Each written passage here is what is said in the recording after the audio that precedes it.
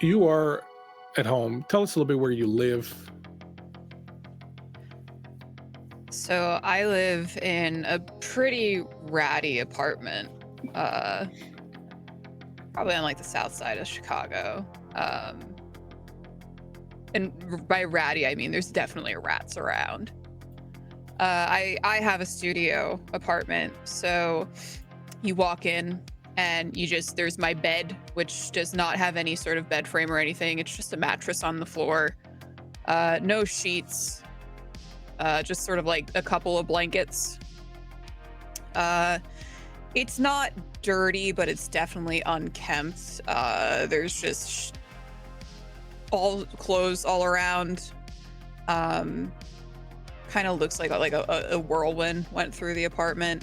If you go into the kitchen would be the biggest giveaway.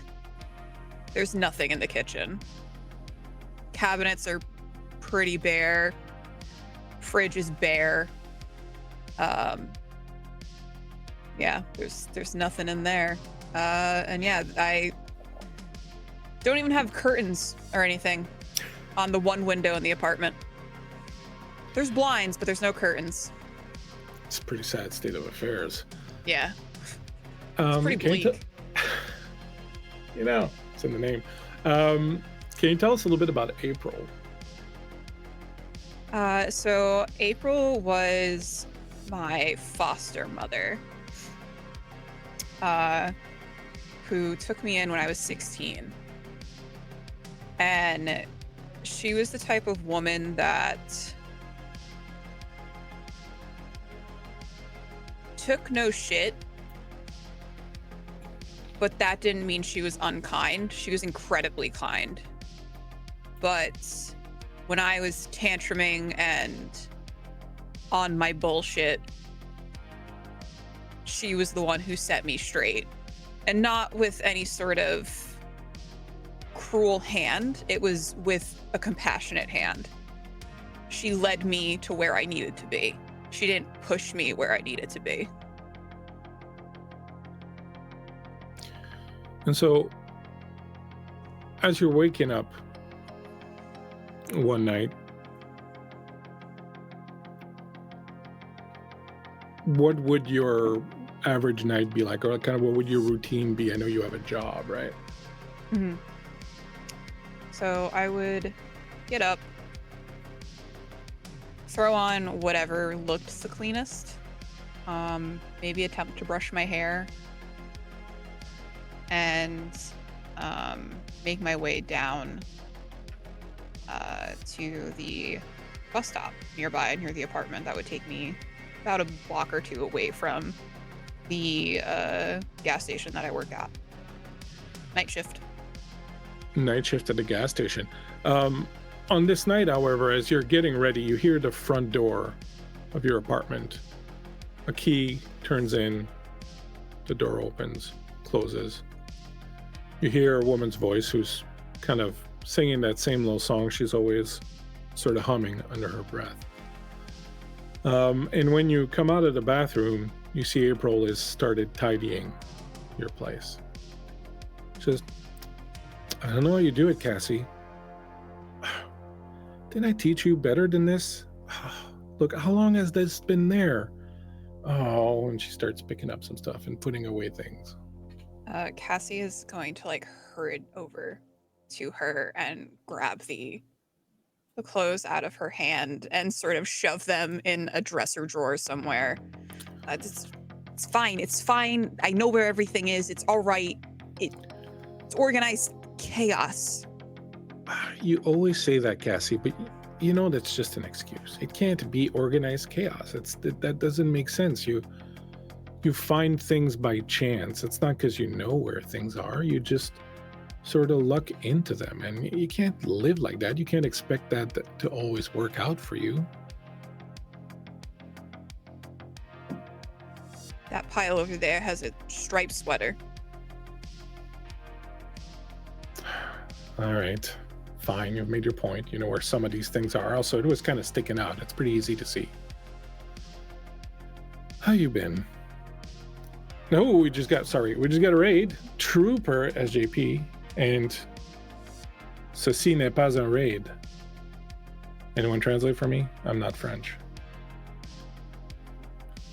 This is a raid. Thank you so much for raiding, troopers. We appreciate you. We are doing session 0.5 of our vampire game that's starting in a couple of weeks. And we're just doing a little bit of RP here to try and get people kind of used to their characters and figuring out what they want to do with that. Yeah, that was a joke. I'm French and I like making jokes like that. Merci beaucoup. That venez vous joindre à nous. Mary.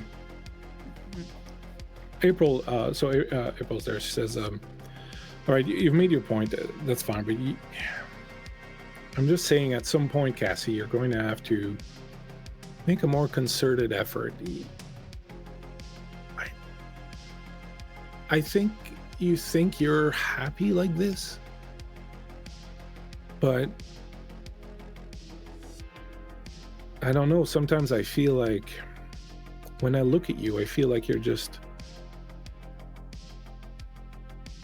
disappearing in front of my eyes. Like you got all this chaos around you, this organized chaos you call it, and all this and this new thing you've got with your night job, and I kind of feel like I'm losing my hold on you, like you're almost not here with me anymore. Are you disappearing, Cassie? Are you leaving again? Cassie stands there and she feels like she shrinks. She feels like she's 16 again, standing at the doorstep with the person from CPS who is dropping her off to the care of April.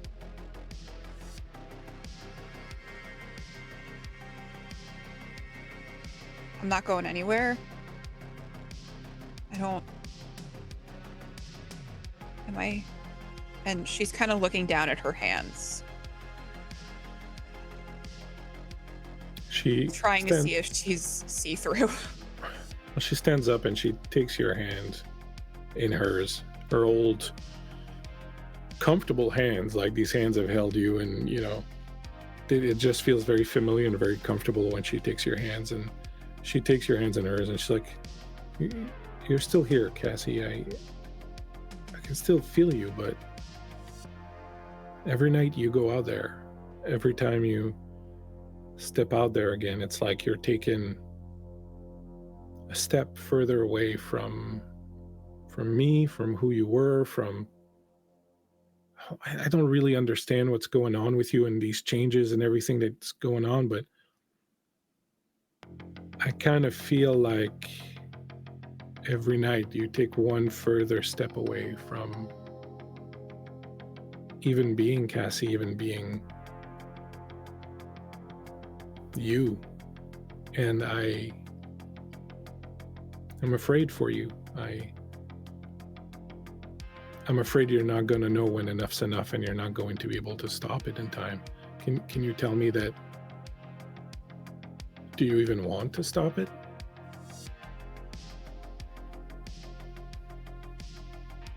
But if I didn't like who I was? But if I want to be this new person? You can't stop me from being who I am now. I'm not trying to stop you. I just want to make sure that you know what you're doing, and you know what you're leaving behind, and you know where you're going to, because I feel like this new change is going to be a very permanent one. There's no taking back anything. When we used to go to bingo together, how I'd drag you to the bingo hall and you hated it, but then the second we started going, then some numbers would come in and you had that big red stamp and you'd start to get excited about it. I used to throw it at the other old ladies. You weren't that bad. You liked it. Come on, you liked it, right? But you know how... I liked it, but I was very competitive, and those old biddies didn't know when to shut up. Nah, they can talk your ear off if you give them a chance. But, Cassie, the point I'm trying to make is that if you don't have that... if you don't fill out your bingo card, by the time they've moved on, you can't come back with it. Like, that change is permanent. It's just like back in the day when you didn't pay attention and you didn't fill it out, you couldn't win. You remember that time that your number came up and then you hadn't filled it out and then there was some concerns about it? You can't go back. And that's what I'm afraid is going to happen here. I just want you to know that you know that this is what you want. I can't go back anyway. I can't be that person. I'm different. I'm different to my very core now. I couldn't be her even if I tried. Was she really even if I so wanted bad? to. Was she really so bad?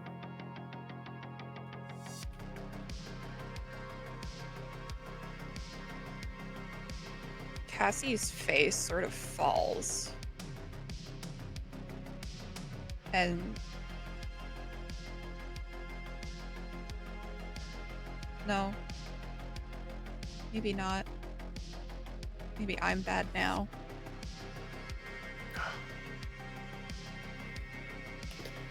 You always did have a knack for